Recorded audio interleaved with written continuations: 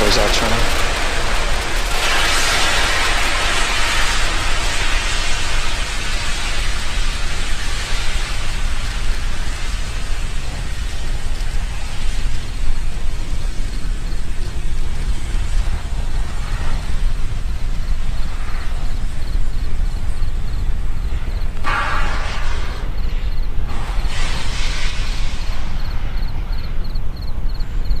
Falcon 9's in startup.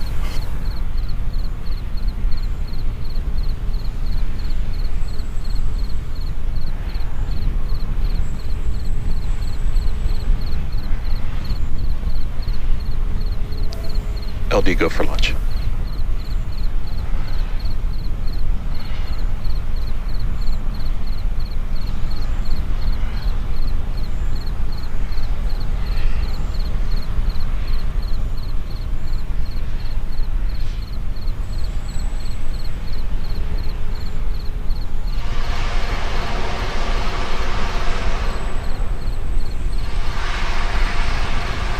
Minus 15 seconds.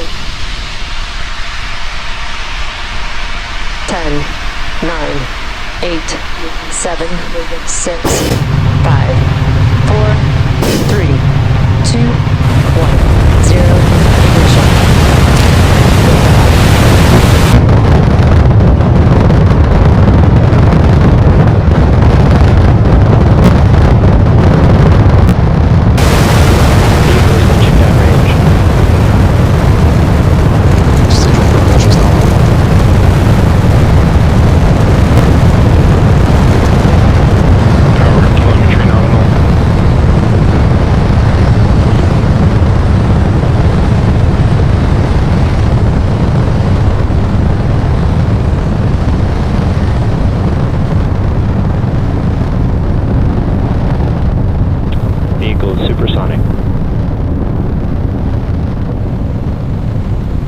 And we've had successful liftoff of Falcon 9 as it carries SES-12 to Geostationary Transfer Orbit. We're coming up on max Q here in a few seconds.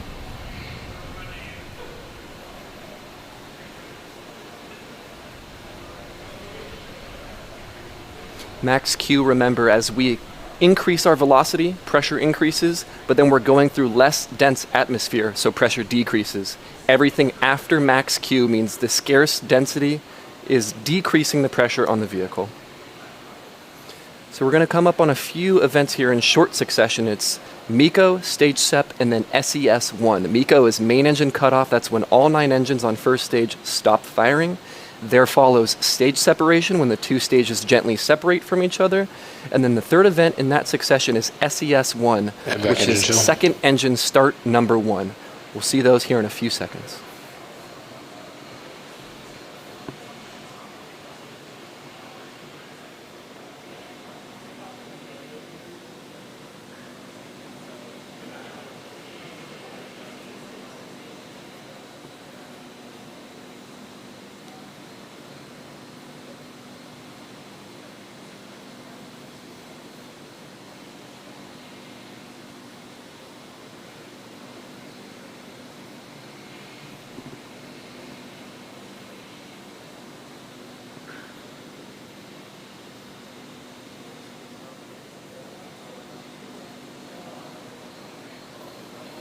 MECO. Stage separation confirmed.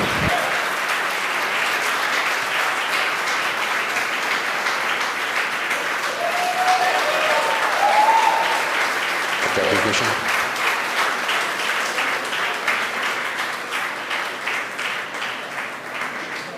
Good first stage performance. And we're coming up on the next major event, which is the deployment of the fairings, those aerodynamic shields surrounding SES-12. FTS is safe.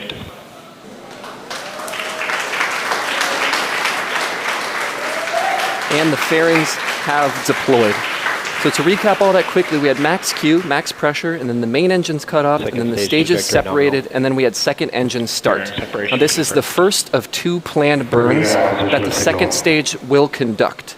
Then the fairings deployed thereafter, exposing SES-12 to space. We don't need that extra mass once we're outside of the atmosphere. We no longer need our aerodynamic shield. Now, a quick note on the fairings. While we aren't attempting recovery of the fairings today, We have been attempting to recover fairings during our West Coast launches. Now, last launch we got pretty close with the fairing landing about 50 meters from Mr. Steven, which is our catch boat, and we will continue those recovery attempts until we're successful, but not on today's SES-12 mission. So we're going for a few minutes here. This burn is again 6 minutes long. We've gone through about 2 minutes of it.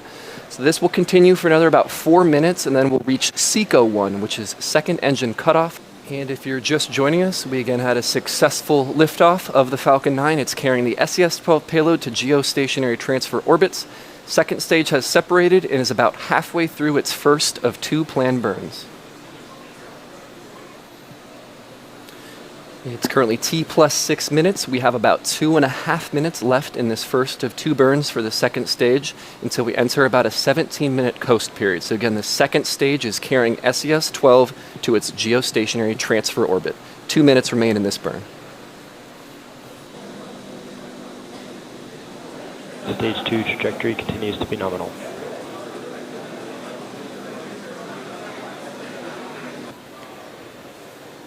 Checking in again, we're at T plus 7 minutes. Second stage is still burning. This burn is again 6 minutes in full duration. There is about 80 seconds or so remaining in this burn as it glows ember red there. After this burn concludes, this will be SECO-1, second engine cutoff number 1, and then second stage will coast with SES-12 for about 17 minutes before it lights again.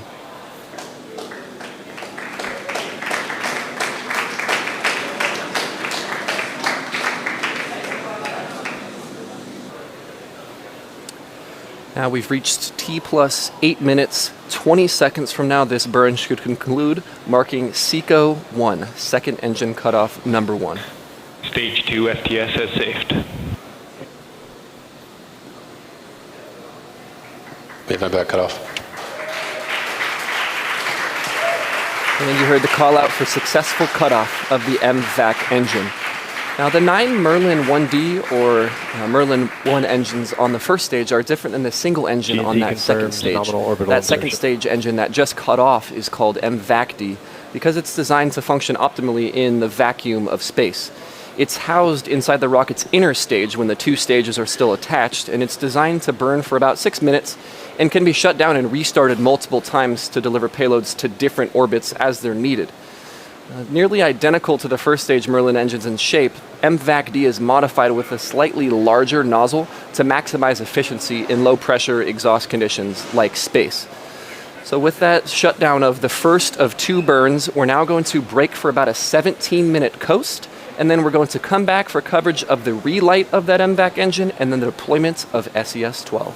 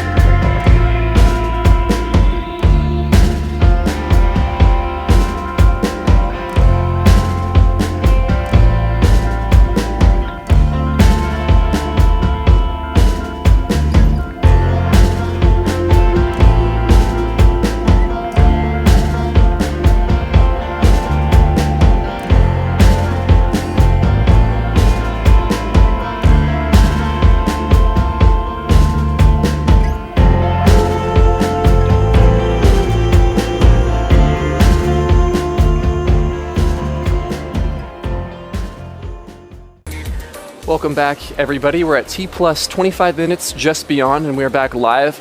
The ground track, we're passing just over Africa. We're about to relight that engine, and that's going to start SES-2, or second engine start number 2. That will happen in about 30 seconds. I remember it's important to distinguish that SES in Falcon terms stands for second engine start, which is to be distinguished from the name of the company that is operating today's satellite, which is SES as well. So we'll relight for second engine start number 2 here in about 10 seconds, and that burn will not be 6 minutes, but will be 1 minute instead.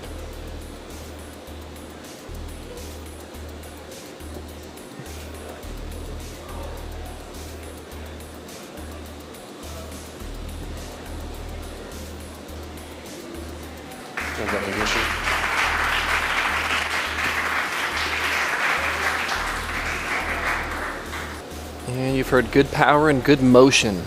So that signifies a good SES-2, a good second engine startup. Again, this lasts for about a minute, and this burn will bring the velocity of second stage and the SES-12 from low Earth orbit at around 7.4 kilometers per second to over 9.5 kilometers per second. That is extremely fast. And that is brought to you by 210,000 pounds of thrust that this MVAC-D engine puts out. It also adds a lot of impulse in a very short amount of time. Impulse is the measure of efficiency. It's kind of like the gas mileage for a rocket engine. So we're now going to conclude this burn in about 30 seconds or so, and that will be SECO-2, second engine cutoff number 2, and then we'll break for a few minutes before we attempt to deploy SES.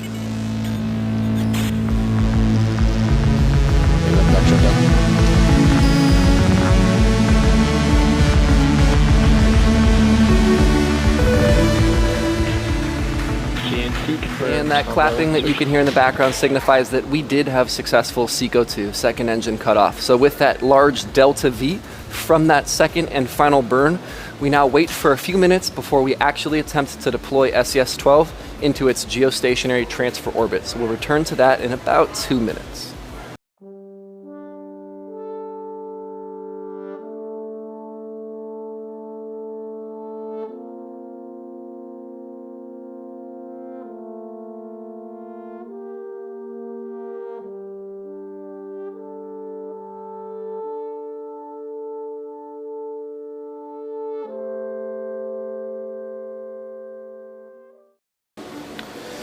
SES-12, which is about to deploy, was manufactured by Airbus. You may know them from their commercial airplanes, but they are also a leading manufacturer of telecommunications satellites. Let's take a behind-the-scenes look at the development of the SES-12 satellite, which is set to deploy just a few minutes from now, courtesy of the team over at Airbus.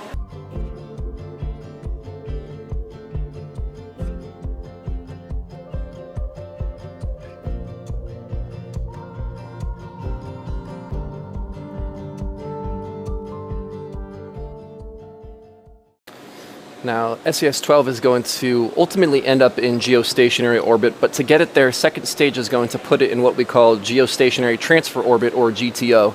And that's exactly what it sounds like. It's the orbit which transfers the payload to geostationary orbit, or GEO. Now, second stage will deploy SES-12 in an elliptical GTO orbit, and then SES-12 will coast on until it intersects GEO, and then at that point it will use its own onboard thrusters to circularize into its final geostationary orbit. So coming up next, we have these payload adapters which support SES-12, and then springs that are mounted to them, which will enable a gentle push off the deployment of SES-12 coming up in about a minute.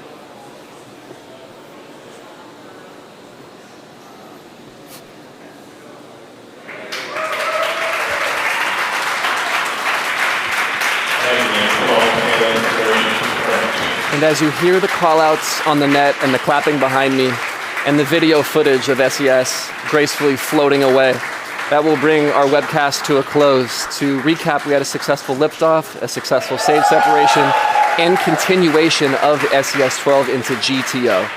Now that brings, again, our webcast to a close, and this is also a nice day because it marks the 8th anniversary to the day of the first successful Falcon 9 flight from this same launch pad on June 4th in 2010, so an important legacy day for us. We'd like to thank our customer, SES, for their legacy with our launch platform. We would like to thank the United States Air Force as well as the Range for their continued support. And we would like to thank the FAA for their readiness to license us, as always. Thanks to the viewer for tuning in again, and if you'd like to visit opportunities we have here, please visit spacex.com/careers. You can check for updates on the next mission, as well as other updates from us on our social platforms and our website. Thank you again for joining us this night. We'll see you next time.